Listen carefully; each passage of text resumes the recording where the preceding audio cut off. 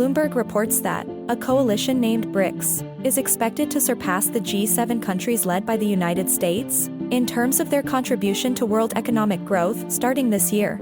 The economic growth of the BRICS countries is said to be capable of becoming a major world power or new world order. If this is true, it means that the United States and Europe are no longer world powers.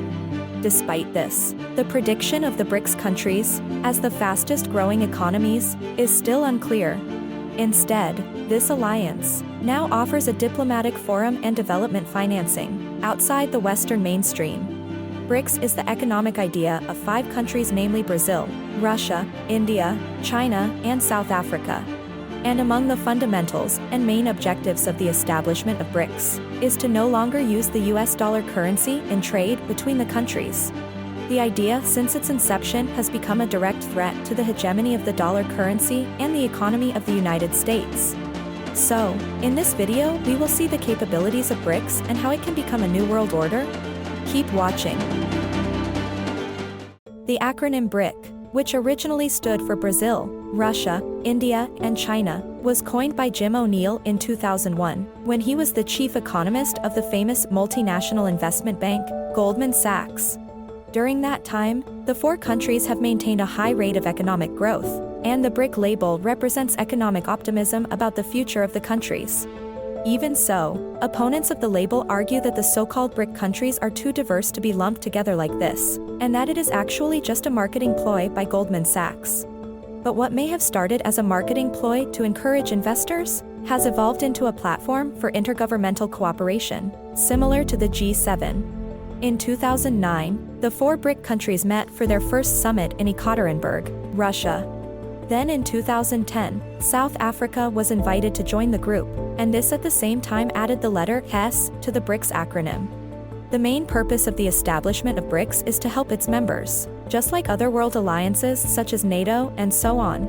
If NATO emphasizes defense, BRICS focuses on supporting each other in the economy, business and trade, education, agriculture, health, technology, science, and the arts. In terms of population, the 5 BRICS countries comprise around 42.58% of the world's population, which is more than 3 billion people. BRICS challenged the World Bank. In 2014, the BRICS countries launched the new Development Bank as an alternative to the World Bank and the International Monetary Fund. In addition, they also created a liquidity mechanism, called a contingent reserve arrangement, to support members struggling with payments. This offer is not only attractive to the BRICS countries themselves, but also to many other developing and emerging economies, which have had painful experiences with the IMF's structural adjustment programs and austerity measures. This is why many countries say they may be interested in joining the BRICS group. The headquarters of the BRICS New Development Bank was founded in Shanghai. According to South Africa's Foreign Minister, Naledi Pandor, the world's interest in the BRICS group is great. A total of 19 countries, including Indonesia, are reported to be interested in joining BRICS. These include the United Arab Emirates, Egypt, Algeria and Argentina, Mexico and Nigeria. BRICS is expected to surpass the G7 led by the United States in terms of their contribution to world economic growth starting this year. According to calculations based on the latest IMF data, the BRICS countries will contribute 32.1% of world growth, compared to 29.9% of the G7 countries. The group of 7 countries, or G7, which consists of the United States, the United Kingdom, Canada, France, Germany, Italy, and Japan, has long been considered the most advanced economic bloc on the planet. Previously, Russia was a member of the G7 before it was kicked out due to the fallout from the Western-backed Maidan coup in Ukraine. The report shows that in 2020, the contribution of BRICS and G7 countries to global economic growth will be equal. Since then, the performance of the Western-led bloc has been seen to deteriorate.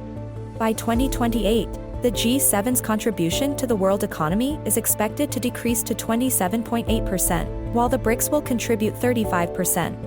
Bloomberg calculations show that China will be the main contributor to global growth over the next 5 years, with its share set to double that of the United States. China's share of global GDP expansion is expected to represent 22.6% of total world growth by 2028, while India is projected to contribute 12.9% of the global GDP. Overall, 75% of global growth is expected to be concentrated in 20 countries, and more than half in the top 4, namely China, India, the United States, and Indonesia. While the G7 group will consist of a smaller portion where Germany, Japan, the United Kingdom, and France are seen among the top 10 contributors. BRICS acts as a counterbalance. According to economists, BRICS normatively aims to organize a new global economic governance and also financial reforms to balance what is being carried out by the World Bank and the IMF. This means that BRICS wants to be a counterbalance to global economic activity, which is currently hegemonized by America and its allies. Also, because of the dollar's arrogance in determining the world's finances, some countries have started devaluing the dollar. This momentum is used by countries like Russia and China to shift the dominance of the dollar. Challenges and criticisms facing BRICS. Among the problems facing the BRICS is rampant corruption, and this is generally seen as something bad for social and economic progress. In addition, the BRICS countries are also still plagued by poverty, although the middle class is growing. For example, in India. India today still has an oppressive caste system and a huge wealth gap. This is generally seen as something that restricts social mobility. According to political analysts, India's caste system is a major problem in the country, as India tries to develop. Even so, it cannot be denied that India is now trying to overcome the problem. Moreover, some analysts argue that BRICS exists because of their shared vision of a new global order.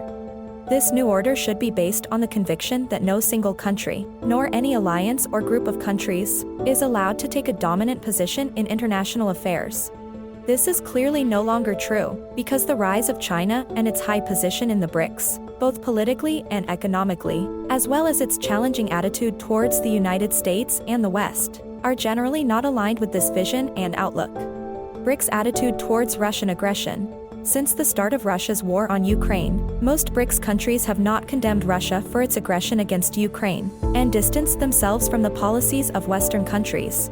Only Brazil joined 141 countries in the UN General Assembly on March 2 in support of a resolution condemning Russia's actions, while other countries chose to abstain. Nor are they involved in the sanctions imposed on the Russian economy. In fact, BRICS members, including India and China, have used the Western-led Russian energy boycott to get cheaper oil, gas, and other commodities for themselves. In conclusion, the establishment of BRICS is indeed intended to be a competitor to the superpower of the world today, which is led by the United States. The effort of China and Russia as one of the countries with the biggest power in the BRICS alliance is already known to the world. Many opinions have been expressed about BRICS' efforts to become the new world order, particularly in relation to the view taken by the alliance to be neutral towards Russia's aggression on Ukraine. Thank you for watching.